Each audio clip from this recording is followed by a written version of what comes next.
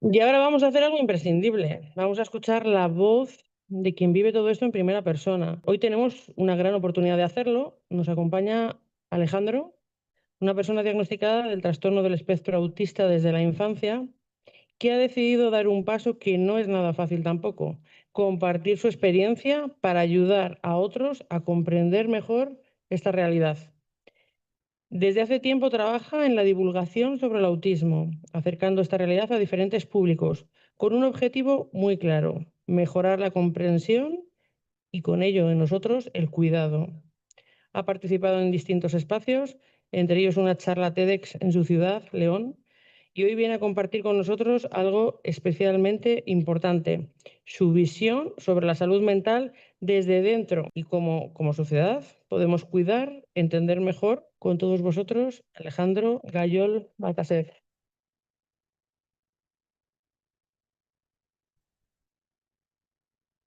Bueno, no tenía pensado subirme al atril, pero se lo he visto hacer a Eva y me ha parecido una buena idea. Creo que yo también estoy más cómodo aquí. No puedo evitar seguir estando nervioso en las intervenciones, da igual cuántas veces me haya subido a un escenario, pero bueno, lo haré lo mejor posible. Pues buenos días a todos, muchas gracias por presentarme. Es un placer estar hoy aquí en Invescol 2026 y más aún en Palencia, mi ciudad natal.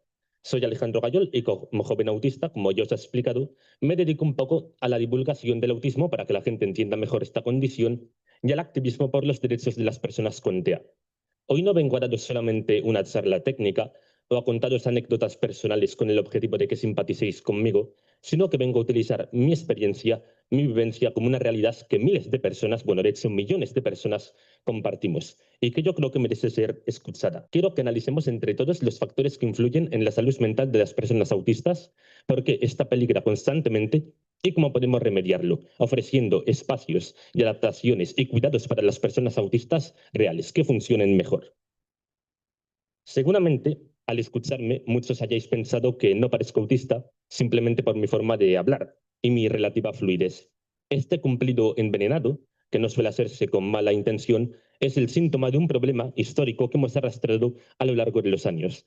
Tenemos una visión deficitaria del autismo.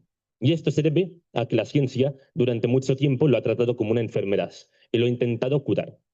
Ha intentado eliminar sus síntomas, forzándonos, por ejemplo, a mirar a los ojos de las demás personas, a eliminar las estereotipias, etcétera, con el objetivo de hacer que parezcamos más normales, que el enfoque estaba en la apariencia externa. Si conseguíamos parecer normales, entre comillas, se decía que la intervención había sido un éxito, pero no se miraba el costo de ello, cómo habíamos quedado nosotros. Por suerte, el enfoque médico ha evolucionado mucho desde entonces. Hoy en día ya no es así. No se busca eliminar el autismo ni sus características, porque forman parte de la persona. Intentar eliminarlo sería cargarse una parte de la persona y, lógicamente, no queremos eso. En su lugar, el enfoque moderno, como muchos ya sabéis, consiste en buscar mejorar la vida de la persona autista, capacitar a su familia para que puedan facilitar su desarrollo y en adaptar los entornos. De ahí nace el concepto de la neurodiversidad. Este concepto defiende que algunas de las que las variaciones neurológicas del cerebro, como pueden ser el autismo, el TDAH, etcétera, son naturales y positivas y que no tenemos que intentar corregirlas, simplemente intentar que la sociedad sea más amigable con ellas. Sin embargo, si con esto, con adoptar un nuevo enfoque médico, el problema hubiese quedado solucionado, no estaría hoy en esta mesa redonda compartiendo mi punto de vista. Os pregunto, ¿creéis que la gente le hace el caso que debería a la ciencia? Yo creo que no, y que a día de hoy, a pesar de los progresos que hemos tenido, seguimos siendo bombardeados con una visión deficitaria del autismo, incluso por personas con infinita autoridad e influencia.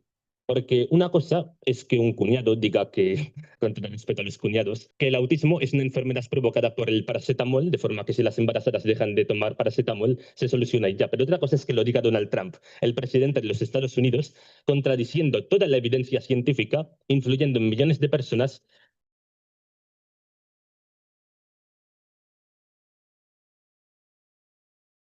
y sin ningún tipo de consecuencia. Ese es realmente el origen del problema y lo que influye en todos los demás. Hoy no estoy aquí para hablar de política, claro está, pero estoy para hablar de ciencia. Y lo que está claro es que esas polémicas afirmaciones de septiembre de 2025, o sea, poco tiempo ha pasado, contradicen completamente el consenso científico y hacen mucho daño.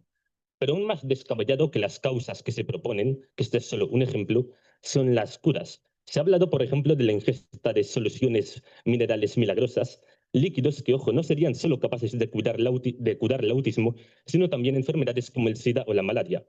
Cabe destacar que estos compuestos mágicos son básicamente lejía. Entonces, si yo me los tomase para intentar curar mi autismo, tendría diarrea explosiva. En el mejor de los casos, en el peor no viviría para contarlo.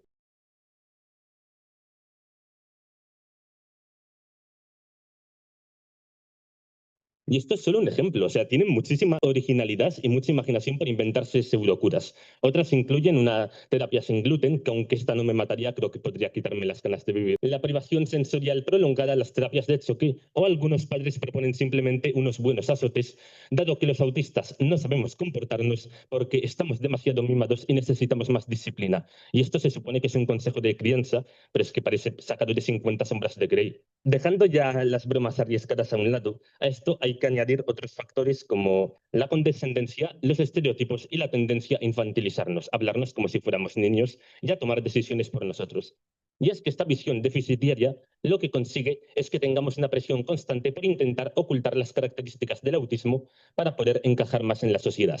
De hecho, a este proceso, a este esfuerzo consciente por tapar esas características, se le conoce con el nombre de masking o sin anglicismos enmascaramiento, y es uno de los factores que más perjudican la salud mental de las personas autistas. Los datos hablan por sí solos. Un estudio publicado por la investigadora Sarah Cassidy afirma que las personas con autismo somos hasta 9 veces más propensas a la ideación suicida. De hecho, tuvimos un compañero antes que os habló más en detalle sobre la ideación suicida. Pues este dato es alarmante. 9 veces más propensas. Además, también somos más vulnerables, más propensos a sufrir depresiones. Y hay un dato también invisible pero alarmante, y es que somos el colectivo con mayor tasa de desempleo en España, más que cualquier otra discapacidad. El dato oscila entre el 76% y el 90% de desempleo. Claro, yo os pregunto, ¿cómo vamos a tener una buena salud mental si se nos priva de la autonomía económica y de tener un propósito social? Y podréis pensar que simplemente es que no estamos capacitados para trabajar, pero os puedo asegurar que esto es falso. El problema es que, a mi opinión, los procesos de selección penalizan sistemáticamente las características propias del autismo, al estar diseñado por y para neurotípicos, una palabra que, por cierto, no he definido, utilizo para describir a las personas que no presentan ninguna de estas variaciones neurodivergentes, perdón, que os expliqué antes. ¿Sabéis lo que son para nosotros las entrevistas de trabajos? Mírame a los ojos, Alejandro, pero no mucho. Intimida. Sonríe, pero hazlo con naturalidad, no como un robot. Sé humilde, pero véndete como un líder. Y sobre todo, interpreta mis preguntas ambiguas y responde lo que quiero oír, no con la verdad. Eso es básicamente las exigencias de muchos entrevistadores y encima esperan que las sepamos de antemano. Pero el cerebro autista, simplemente por sus características, no puede hacer todo eso a la vez. Acaba colapsando. Es como intentar tener 100 pestañas abiertas en un ordenador. Al final se acaba reiniciando. Por eso, no podemos referirnos exclusivamente a la atención sanitaria cuando hablamos de cuidados. El cuidado empieza en la calle, en la empresa, en la oficina, en el aula, en todos esos sitios. El cuidado pasa por hacer del mundo un lugar mejor, un lugar en el que podamos respirar. Y esto no nos beneficia solo a las personas autistas, os beneficia a todos, aunque no lo creáis en un principio. Os voy a contar una analogía que considero muy interesante. Bueno, antes se me estaban ya secando los labios. Una analogía muy interesante, y es que los mineros de las minas de carbón del siglo XVIII bajaban a la mina con un pájaro en una jaula, con un canario concretamente. Si en algún momento ese canario se desmayaba, era la señal de que el aire que estaban respirando, el aire de esa mina, era demasiado tóxico y por lo tanto debían retirarse. No significaba que el pájaro fuera enfermo o estuviera débil, simplemente era el primero por sus características en sentir un veneno que tarde o temprano los mataría a todos de todas formas. Creo que las personas con autismo somos los canarios del siglo XXI y que nuestro entorno se ha vuelto bastante hostil. Entre ello podemos hablar de contaminación lumínica y acústica por todas partes, exigencias de productividad sin tregua, comunicación pasivo-agresiva indirecta, postureo, falsedad y un largo etcétera. El cerebro neurotípico ha desarrollado una habilidad sorprendente para mentirse a sí mismo y fingir que todo está bien. Pero el caso es que las personas con autismo no tenemos ese filtro. Por eso no encajamos. Se habla cada vez más de las necesidades de las personas con TEA gracias a divulgadores como yo, sin querer echarme flores. Pero creo que es importante recalcar que no estamos pidiendo privilegios para nosotros, sino un aire más limpio para todos. Porque una sociedad en la que una persona autista puede respirar y puede estar tranquila es por definición más saludable para todos. Vosotros también lo necesitáis, aunque no siempre seáis tan conscientes de ello. A esto, de hecho, en la divulgación sobre discapacidad se le conoce como efecto rampa. Y lo que quiere decir es que las personas pensadas en un principio para personas con discapacidad acaban siendo beneficiosas para todo el mundo. Por ejemplo, que si ustedes instalamos rampas en las ciudades para que las personas en silla de ruedas puedan acceder. Bueno, estamos beneficiando a personas que lleven maletas, a personas que lleven carritos de bebés, a ancianos, etc. Al final, todos salimos ganando. Y aquí creo que es donde estáis vosotros, porque como profesionales de la salud tenéis una autoridad que mi voz por sí sola no tiene. Podéis transformar el sistema desde dentro, podéis descontaminar el aire. Ahora no puedo abarcar todo lo que me gustaría abarcar en esta intervención, pero sí que me gustaría daros unas pautas concretas que yo creo que pueden servir para asentar las bases de un cambio real y que además podréis empezar a aplicar a partir de mañana. El primero es que prioricéis nuestro bienestar interno frente a la normalización de nuestra conducta externa. Me explico. El éxito de vuestro trabajo no depende de que el paciente pase desapercibido en su entorno, sino ante todo de que sea feliz y se sienta seguro. Pero es muy probable que a vosotros os hayan enseñado a medir el éxito en función de lo que se reduce una conducta desafiante. Os pido que cambiéis el enfoque. De nada que sirve que un paciente aprenda a contenerse, a no hacer una conducta desafiante, por ejemplo, balancearse en la consulta, si por dentro está sufriendo una sobrecarga sensorial al intentar evitarlo. El verdadero cuidado no silencia el síntoma, sino que atiende a la necesidad que hay detrás. Lo segundo es que tengáis en cuenta la accesibilidad cognitiva a la hora de transmitir información. Esto se puede hacer de muchas formas. Podéis intentar evitar las preguntas retóricas o ambiguas, darle información de forma clara, por pasos, por escrito. En general, intentar hacer que el entorno sea más predecible, porque precisamente los entornos impredecibles también es algo que perjudica gravemente a las personas autistas. Podría considerarse el mayor enemigo de nuestra salud mental, la incertidumbre. Lo que para nosotros es necesidad vital, también es una comodidad para el resto de personas, que cuando van a una consulta están en una situación de vulnerabilidad y por lo tanto algo que buscan especialmente a la hora de continuar son certezas. Y por último, y no es lo menos importante, sino yo diría que más importante, uséis vuestra influencia para garantizar nuestra autonomía en lugar de intentar tutelar nuestras vidas. A veces, en nombre del cuidado, sacando la bandera del cuidado, se intenta tomar decisiones por nosotros. Se nos infantiliza, se nos trata como si fuéramos niños y acaba resultando peor el remedio que la enfermedad. Como profesionales, como sanitarios, tenéis la autoridad para influir en políticas públicas, en empresas, en instituciones, etc. Que las personas con autismo estemos presentes en los sitios en los que se toman decisiones sobre nuestras vidas. Mi compañera Eva Retz mencionó un concepto que es el de nada sobre nosotros sin nosotros. Es decir, que estemos presentes en los espacios donde se habla de nosotros. Y creo que esto es importante. Al final, entender que no necesitamos una vigilancia eterna, sino un apoyo para poder vivir de forma autónoma y tomar las decisiones por nosotros mismos, creo que es el mayor compromiso que podéis hacer con nuestro bienestar. Espero que estas palabras no se queden flotando en este auditorio, sino que las apliquéis de verdad, que las llevéis con vosotros y que puedan aportar un granito de arena, aunque sea minúsculo, a esta causa. Muchas gracias.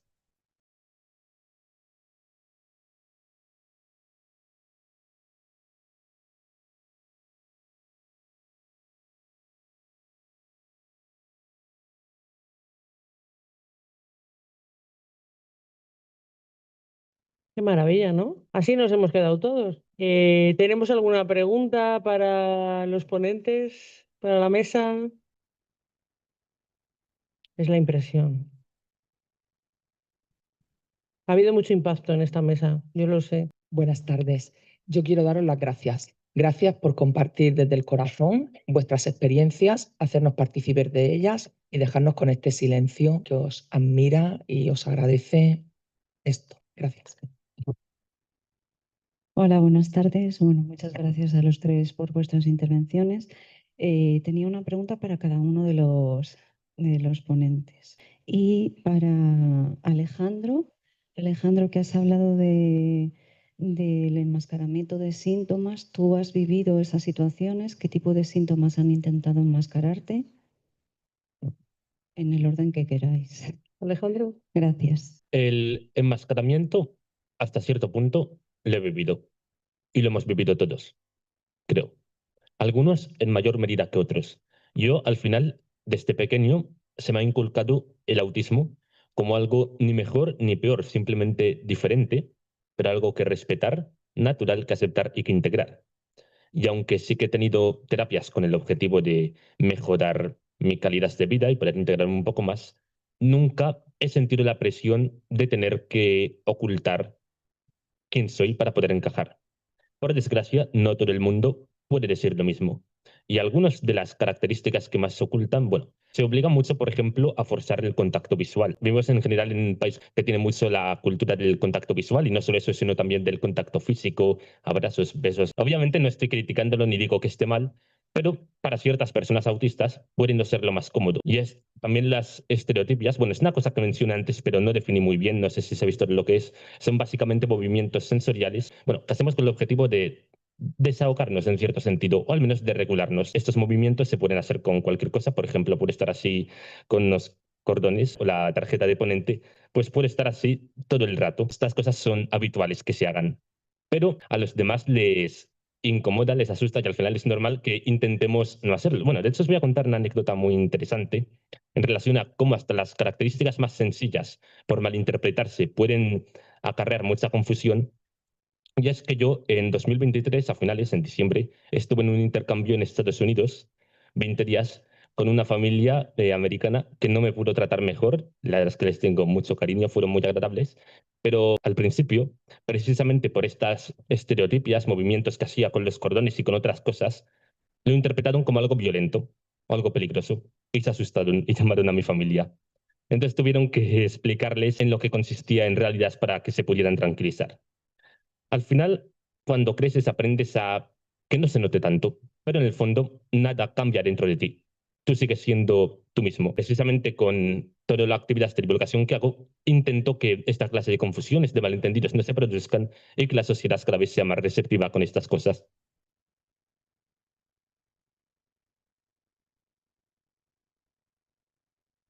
Bueno, pues yo voy a contar alguna reflexión que me quedo de esta mesa.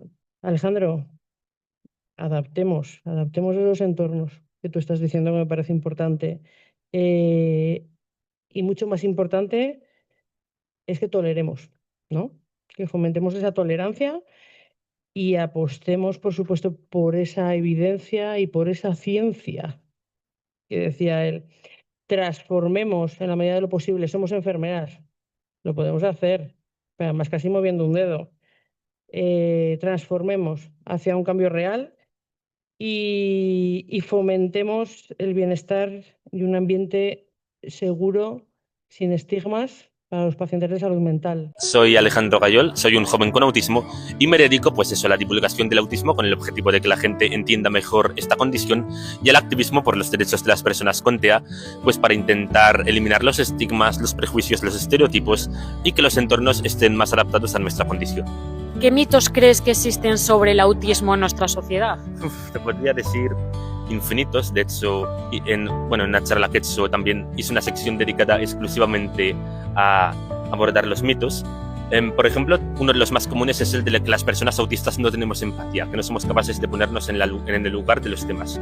Y este mito se origina porque tenemos más dificultades para comunicarnos, tanto para expresar lo que nosotros sentimos como para entender la comunicación de los demás, porque está muy influenciada por sutilezas, ironías, gesticulación, cosas no verbales que a nosotros nos cuesta más comprender. Pero eso no significa que no seamos empáticos o que no nos pongamos en su lugar, sino que simplemente necesitamos que sean igual más transparentes y más directos para que podamos entender cómo se sienten y actuar en consecuencia con toda la bondad que podamos.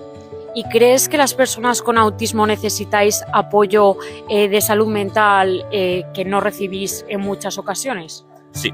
Bueno, yo creo que todo el mundo necesita cuidar su salud mental, que el psicólogo es algo beneficioso para todo el mundo, aunque en principio no lo crean, a pesar de que sigue estando estigmatizado, se cree que es solo para personas locas, entre comillas, vamos a decir, cuando en realidad yo creo que es algo para todos.